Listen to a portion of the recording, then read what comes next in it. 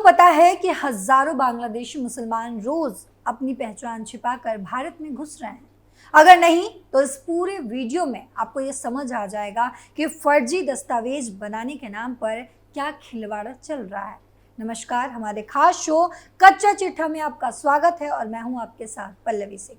आज उन लोगों का पूरा कच्चा चिट्ठा खोलेंगे जो दूसरे देशों से आए लोगों का कुछ रुपए के लिए फर्जी दस्तावेज तैयार करते हैं और उन्हें अलग अलग राज्यों में भेजते हैं। घुसपैठियों को लेकर बड़ा खुलासा। हजारों लोग रोज बनवा रहे फर्जी दस्तावेज। कौन दे रहा है इन घुसपैठियों का साथ? किसके इशारे पर चल रहा है पूरा खेल? पश्चिम बंगाल और त्रिपुरा में भारत बांग्लादेश सीमा पर मानव तस्करों का एक बड़ा गिरोह काम कर रहा है, जो सिर्फ कुछ हजार रुपए में बांग्लादेशी लोगों को भारत में घुसपैठ करवाता है। घुसपैठ करने वाले में बांग्लादेशी के साथ साथ रोहिंग्या मुसलमान भी शामिल हैं। इसके बाद घुसपैठियों को फर्जी पहचान देकर जम्मू कश्मीर, महाराष्ट्र, गुजरात, दिल्ली सहित देश के अलग अलग हिस्सों में बसाया जाता है। गुजरात के अहमदाबाद में पकड़े गए अवैध बांग्लादेशी चंदौला झील को कचरे से भरकर अपने लिए घर बना रहे हैं। जब इसका खुलासा हुआ तो सबके पैरों के नीचे से जमीन खिसक गई। अपनी जांच में सिटी क्राइम ब्रांच ने इसका खुलासा किया है। आपको बता दें कि 25 अक्टूबर 2024 को अहमदाबाद पुलिस क्राइम ब्रांच ने 51 अवैध बांग्लादेशी अप्रवासियों को गिरफ्तार किया था। अब उन्हें वापस बांग्लादेश भेजा जाएगा। कार्रवाई के दौरान 250 व्यक्तियों से पूछताछ की गई थी।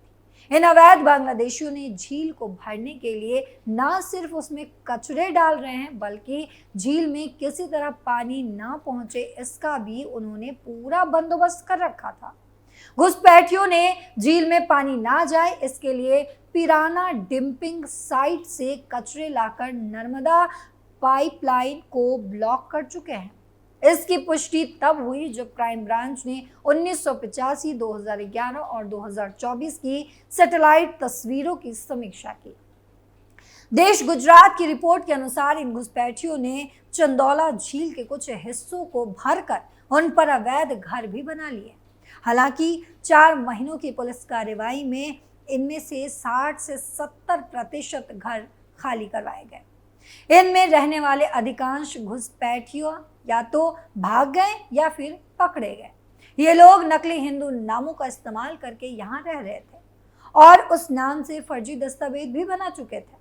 पुलिस के सामने ये सबसे बड़ी समस्या है ये पता लगाना कि यहाँ से भागे आखिर कहाँ गए। क्या वे गुजरात के अन्य हिस्सों में चले गए या देश के अन्य हिस्सों में जा चुके हैं या फिर वापस अपने देश बांग्लादेश लौट चुके हैं। ये बड़ा कंफ्यूजन बन चुका है पुलिस के लिए। पुलिस दूसरे राज्यों के साथ खुफिया सूचनाओं का आदान प्रदान भी कर रही है और इसके बारे में उन्हें सूचित भी किया जा रहा है। हालांकि भागे हुए बांग्लादेशियों के बारे में पता लगाना आसान बिल्कुल नहीं है।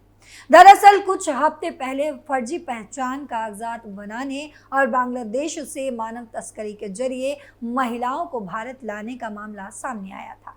इन महिलाओं से यहाँ वेश्यावृत्ति भी कराई जाती थी। सहायक पुलिस आयुक्त भारत पटेल ने इस पर कई खुलासे किए हैं और जो कुछ भी कहा है वो सुनिए। इन 2 मामलों में 8 लोगों को गिरफ्तार किया गया है। इन लोगों के बयान पर ही पुलिस ने कार्रवाई की और 51 बांग्लादेशियों को पकड़ा। प्राथमिक जांच में सामने आया है कि ये लोग स्थानीय पहचान पत्र बनवाकर कारखानों में दिहाड़ी मजदूरी, बांस से बनने वाले सामान बनाते और कुछ लोग भीख मांगने का काम करते थे। कुछ लोग बांग्लादेश से विवाह करके युवतियों को यहाँ लाते हैं और उनसे देह व्यापार करवाते हैं। बड़े पैमाने पर राशि को हवाला से बांग्लादेश भेजने का भी पता चला है। इससे पहले त्रिपुरा की राजधानी अगरतला रेलवे स्टेशन पर सुरक्षा एजेंसियों ने 22 अक्टूबर 2024 की सुबह 3 रोहिंग्या मुस्लिम और 2 बांग्लादेशी नागरिकों को हिरासत में लिया था। राजकीय रेलवे पुलिस यानी कि जीआरपी के प्रभारी अधिकारी तपस दास ने कहा कि उन्हें सूचना मिली कि कुछ रोहिंग्या और बांग्लादेशी नागरिक त्रिपुरा से बाहर जाने के लिए अगरतला रेलवे स्टेशन पर आए।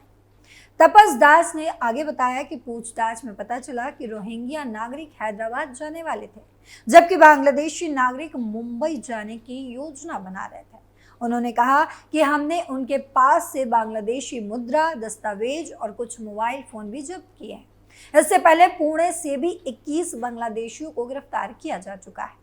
महाराष्ट्र के पुणे पुलिस ने भी खुफिया सूचना के आधार पर रजन गांव में 21 अक्टूबर 2024 को सर्च ऑपरेशन चलाकर 21 बांग्लादेशियों को गिरफ्तार किया था।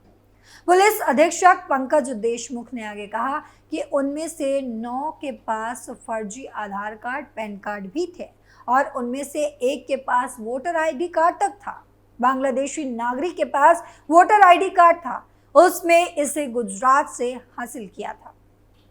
एसपी ने आगे कहा कि ये सभी या तो पैदल चलकर सीमा पार करते हुए पश्चिम बंगाल में आए हैं या फिर नावों से समुद्री मार्ग से अवैध रूप से यहाँ पहुंचे हैं।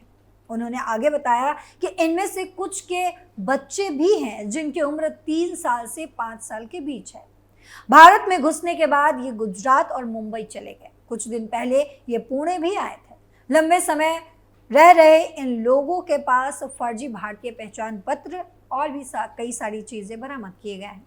आपको बता दें कि पश्चिम बंगाल और त्रिपुरा में भारत बांग्लादेश सीमा पर मानव तस्करों का एक बड़ा गिरोह काम कर रहा है, जो सिर्फ कुछ हजार रुपए में बांग्लादेशी लोगों को भारत में घुसपैठ करवाता है। घुसपैठ करने वालों में बांग्लादेशी के साथ साथ रोहिंग्या मुस्लिम भी शामिल हैं। इसके बाद घुसपैठियों को फर्जी पहचान देकर जम्मू कश्मीर, महाराष्ट्र, गुजरात, दिल्ली सहित देश के अलग अलग हिस्सों में बसाया जा रहा है। रामलीला करने वाले 30 मुस्लिम गिरफ्तार। अभी हाल ही में उत्तर प्रदेश और कर्नाटक की 2 अलग अलग घटनाओं ने एक बार फिर अवैध प्रवासियों और मजहबी पहचान छिपाकर भारत में रहने वालों पर सवाल खड़े कर दिए हैं। एक तरफ उत्तर प्रदेश के गाजियाबाद में रामलीला के मंच पर हिंदू पहचान लेकर काम कर रहे मुस्लिम युवकों को गिरफ्तार किया गया, तो दूसरी ओर कर्नाटक में पाकिस्तानी और बांग्लादेशी मुसलमानों के एक ग्रुप को भी गिरफ्तार किया गया, जो हिंदू नाम और फर्जी दस्तावेजों के आधार पर भारत में रह रहे थे। गलत पहचान बताकर रामलीला। मीडिया रिपोर्ट्स के मुताबिक गाजियाबाद में पुलिस ने 3 मुस्लिमों वजीर खान, राहुल जिसका असली नाम सामने अभी नहीं आया है, और नानक को देवी मंदिर में प्रवेश करते समय गिरफ्तार किया। इन तीनों पर आरोप है कि ये अपनी असल पहचान छिपाकर रामलीला में हिंदू पात्रों का अभिनय कर रहे थे और मंदिर में घुसने की कोशिश भी कर रहे थे। ये गिरफ्तारी उस समय हुई जब तीनों आरोपित गाजियाबाद के दासना देवी मंदिर में प्रवेश करने की कोशिश कर रहे थे, जहां महंत नरसिंह नंदगिरी ने धर्म विशेष के लोगों के प्रवेश पर रोक लगा रखी थी। पुलिस ने इनके पास से हिंदू नाम और पहचान के आधार कार्ड बरामद किए, जो इनके वास्तविक नाम से मेल नहीं खाते। पुलिस जांच के दौरान इन युवकों ने बताया कि उनका परिवार पुश्तैनी रूप से रामलीला मंचन से जुड़ा हुआ है। ये लोग रामलीला में केकई, मंत्रा और इन तमाम लोगों के जैसे किरदार निभाते हैं और ढोलक बजाने और साथ ही नृत्य करने का भी काम करते हैं। गिरफ्तार युवकों का दावा है कि वे मथुरा के रहने वाले हैं और रामलीला मंचन करना उनकी आजीविका का हिस्सा है। हालांकि पुलिस ने यह साफ किया है कि मामले की जांच जारी है और तब तक कुछ ठोस कहा नहीं जा सकता। दासना देवी मंदिर का ये क्षेत्र बेहद संवेदनशील माना जा रहा है। यहाँ हमेशा पुलिस बल तैनात रहता है, खासकर महंत नरसिंहानंद गिरी की सुरक्षा को ध्यान में रखते हुए। महंत का कहना है कि धर्म विशेष के लोगों के मंदिरों में प्रवेश को रोकने के पीछे उनका धार्मिक और सुरक्षा से जुड़ा हुआ कारण है।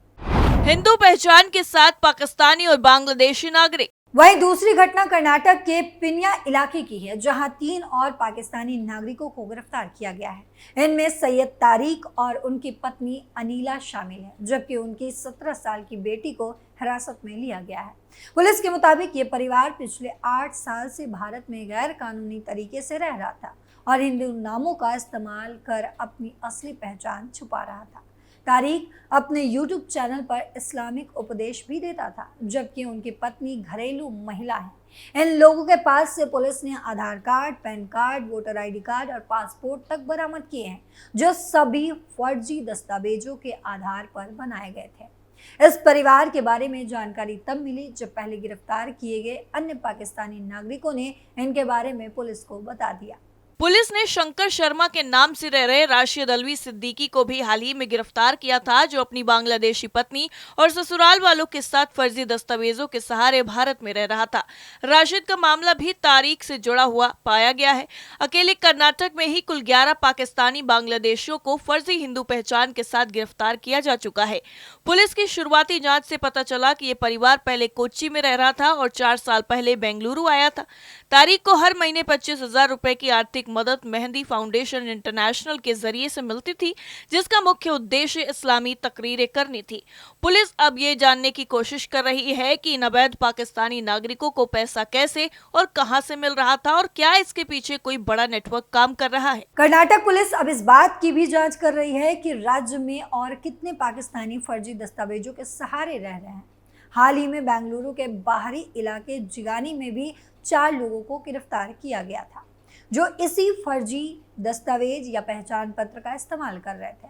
पुलिस ने बताया कि कर्नाटक और देश के अन्य हिस्सों में भी ऐसे कई लोग हो सकते हैं जो अवैध रूप से रह रहे हों और अपनी मजहबी और राष्ट्रीय पहचान छिपाकर काम कर रहे हैं। इन घटनाओं में एक चीज सामान्य है, आरोपितों द्वारा अपनी मजहबी पहचान को छिपाना।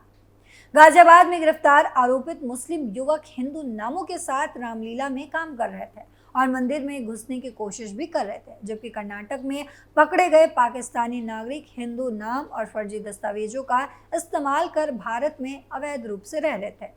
दोनों ही मामलों में मजहबी पहचान को छिपाकर अवैध कार्यों को अंजाम देने की कोशिश की गई। अब देखना ये होगा कि इस तरह की घटनाएं सामने आने के बाद क्या कुछ एक्शन लिया जाएगा। कच्चा चिट्ठा में फिलहाल के लिए इतना ही। बाकी देश और दुनिया की खबरों के लिए देखते रहिए कैपिटल टीवी। नमस्कार।